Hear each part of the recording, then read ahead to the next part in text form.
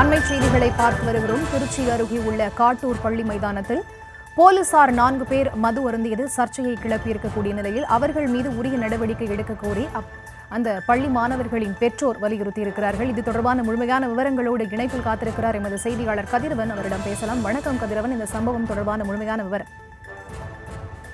வணக்கம். திருச்சி மாவட்டம் காட்டூர் பகுதியில் ஆதிதிராவிடர் ஆண்கள் மேல்நிலைப் பள்ளி செயல்பட்டு வருகிறது. இந்த பள்ளியில் 700க்கும் மேற்பட்ட மாணவர்கள் பயின்று வருகின்றனர். இந்த நிலையில் நேற்று ரம்ஜான் விடுமுறை என்பதால் மாணவர்கள் யாரும் பள்ளியில் இல்லை. இதனால் ஆதிதிராவிடர் மேல்நிலைப் பள்ளியில் இரவு நேரத்தில் காவலர்கள் உட்பட 6 பேர் மது அருந்தியுள்ளனர். இதனை இந்திய மாணவர் சங்கத்தினர் சேர்ந்தவர்கள் அந்த பள்ளியை சேர்ந்த மாணவர்களும் வீடியோ எடுத்துள்ளனர்.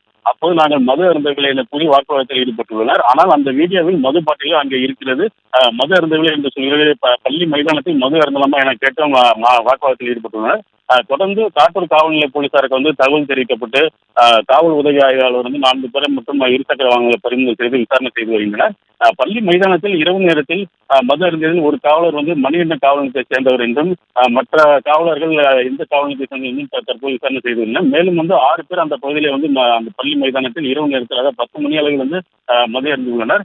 பள்ளி மைதானத்தில் மது அருந்திய காவலர் மீது நடவடிக்கை எடுக்க கோரி சமூக ஆர்வலரும் இந்திய மாணவர் சங்கத்தினரும் பள்ளி மாணவர்களின் பெற்றோர்களும் கோரிக்கை வைத்துள்ளனர். இந்த வீடியோவானது தற்போது வைரலாகி வருகிறது.